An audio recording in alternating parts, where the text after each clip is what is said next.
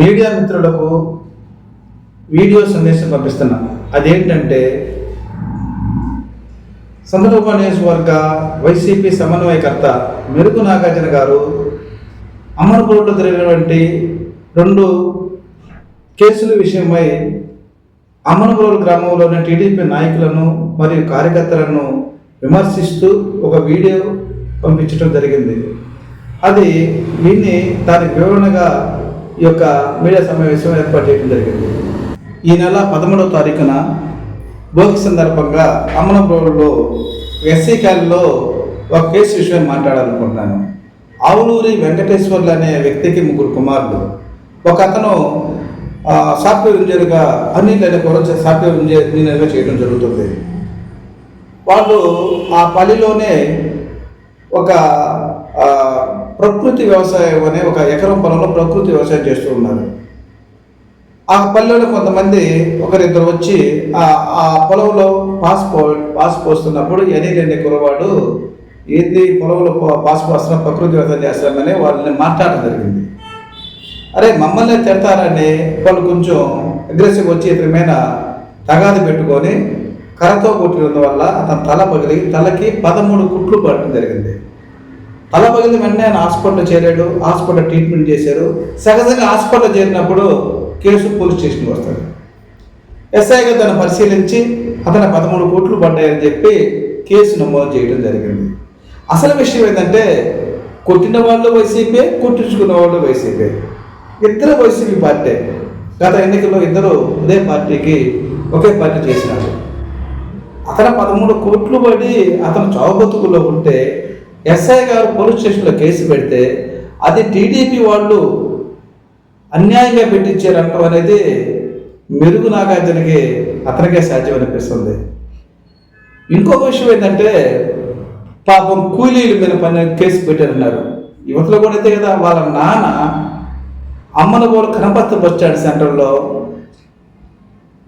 Chicken biryani చిన్న కొట్టు పెట్టుకొని బిర్యానీ అమ్ముతూ ఉంటాడు. వాళ్ళు పేదవాళ్ళే, కష్టపడి పిల్లలు చదివించుకొని ఒక అతను బీటెక్ చదివించాడు, ఒక అతను సాఫ్ట్వేర్ ఉద్యోగం చేశాడు, ఇంకో చదువుకుంటూ ఉన్నాడు. తన కష్టాజీతంతో పిల్లలు చదివించుకున్నాడు. అటువంటి పిల్లల్ని తల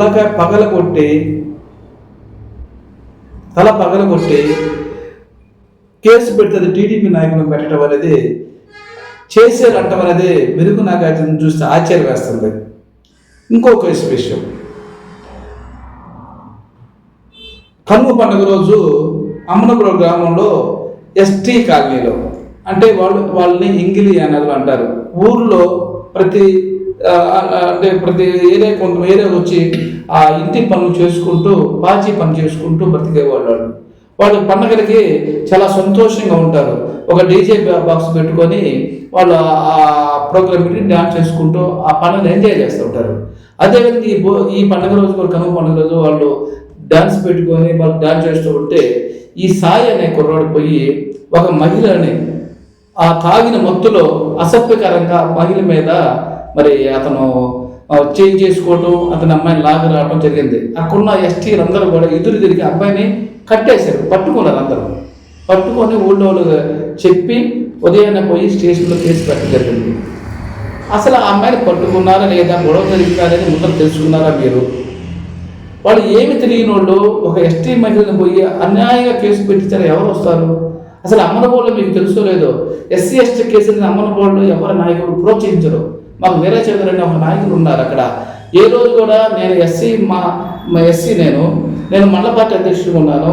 మేము ఇద్దరం ఏ రోజు కూర్చున్నా సరే అమ్మనబోళ్ళు ఎస్సీ ఎస్టీ కేసు అనేది ఉండకూడదు అని మేము ఒక 20 సంవత్సరాల నుంచి కూడా ఇద్దరము ఏ కేసు జరిగినా కూడా చిన్న ఎస్సీలకి వేరే వాళ్ళకి కేసులు వచ్చినా సరే మేము మాట్లాడి అట్రాసిటీ కేసుకి వ్యతిరేకం మేము అది అనేది మా ఊర్లో ఉండకూడదని ఒక నిర్ణయం తీసుకున్నాం మేము.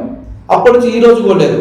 గతంలో ఒక 2 సంవత్సరాల క్రితము అదే పల్లెలో ఉన్నటువంటి ఒక వ్యక్తి మరి అమ్మను కూడా ఒకే ఒక ఎస్టీ కేసు పెట్టారు. అది గొల్ల బజార్లో ఉన్నటువంటి శ్రీనివాసరావు అనే మీద అతను చేలో బర్రె ఎస్సీ కాలనీలో ఉన్న బర్రె ఈ చేలో మేస్తుందని అతను కొట్టడం జరిగింది. కొట్టినందుకు అతను నా బర్రెని కొడతామని అట్రాసిటీ కేసు పెట్టాడు.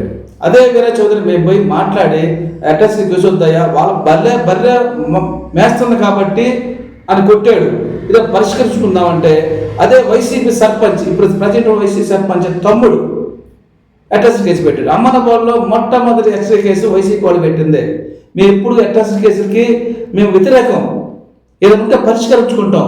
గ్రామాల్లో అడ్రస్ కేసు పెట్టి గ్రామాల్లో ఉన్న మంచిగా ఒకరికొకరు అన్నదమ్ములుగా ఉన్నారు గ్రామాల్లో చెరగొట్టడం అనేది మా ఉద్దేశం కాదు, మేము దానికి వ్యతిరేకం కూడా.